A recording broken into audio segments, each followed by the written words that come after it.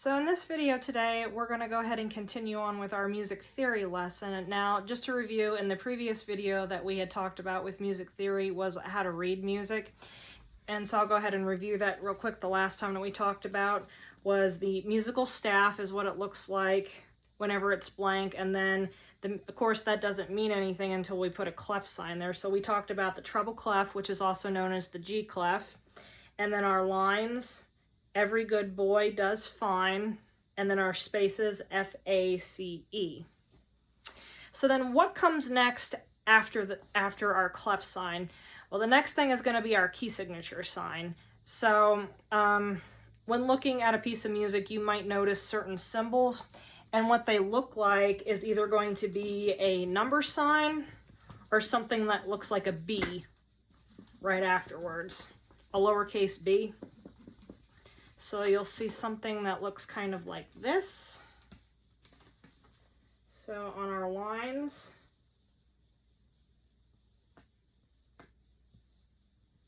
you're going to notice something that looks like this, like a number sign, or you're going to notice something that looks like a B. And this is a sharp or a flat. So then, okay, so if something is sharp or flat, then how do we know what key it's in? Well, that's actually quite easy. So I've actually made this a little bit bigger. So we have 7 keys in it that are sharp, and an easy way to remember this is F, C, G, D, A, E, B. And again, there's another saying for this.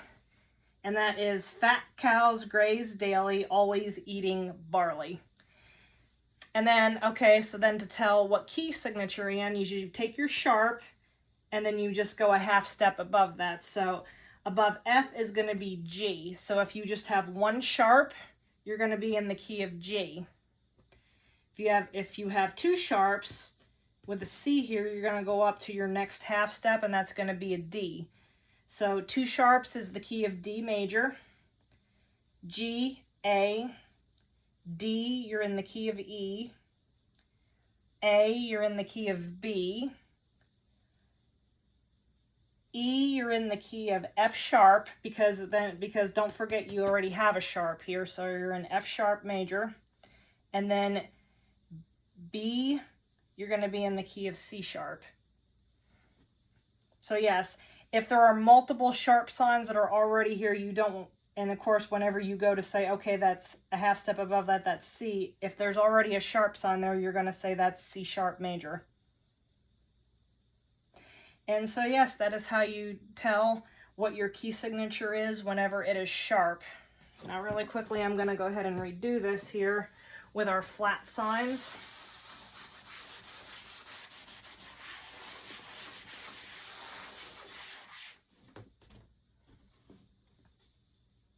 So for a flat sign, something similar, but I think it's actually a little bit easier to recognize.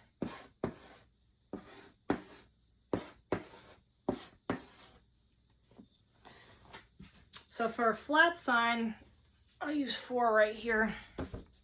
So for a flat sign, what you're going to do is basically how many flats there are, you just remove one of the flats, and then that tells you what key you're in. So here I have 4 flat symbols drawn, B flat, E flat, A flat, and D flat. If you remove the last flat, you are in A flat major. That determines your key. So as you're playing your piece, these are the notes that are going to be flat.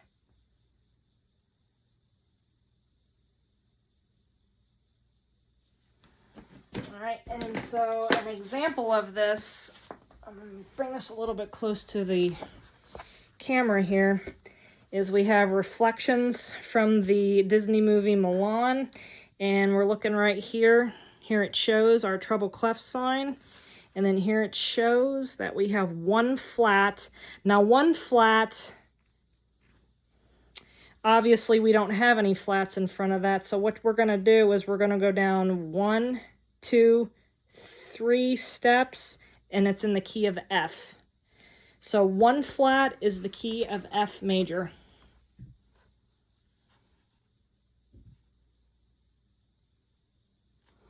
All right, and that is how we tell what our key signature is. And then the next step after that is going to be what our time signature is. Now you notice right here we have what looks like a fraction 4/4. And so what the top note represents is how many beats are in a measure. So in this case we have 4/4, so 4 beats in a measure. And then the number underneath of that is going to tell us what kind of a beat, or yeah, what kind of a note gets that beat. So 4 beats in a measure, the quarter note gets a beat. So this is kind of where math and fractions come into play if you want to think of it that way. So 4 beats in a measure, the quarter note gets a beat. You'll also notice other symbols. So, okay, so say that we are in B flat major. I use this right here. It's a little dusty. Draw our line again. All right, so we are in the key of B flat major. You'll also notice some symbols like 3/4. So then you would have 3 beats in a measure, the quarter note getting a beat. You may also have 2/4. 2 beats in a measure, the quarter note getting a beat. Or if you want to be really fancy, you might not even see anything that looks like that. Instead, you might see something that looks like this. I'm going to choose a different color here so you can see it a little bit better. You might see something that looks like this. Just a regular C right there. So what that means is common time. Common time is also basically kind of a synonym for 4/4 time. 4 beats, regular time. 4 beats in a measure, the quarter note gets a beat. Or you might see something that looks like this, which is called cut time.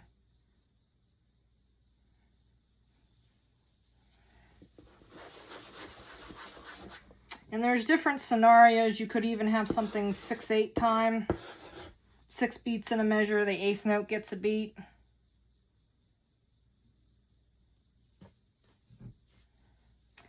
And this is how you tell what your time signature is right here. So you have your clef sign, your key sign, and your time signature right here.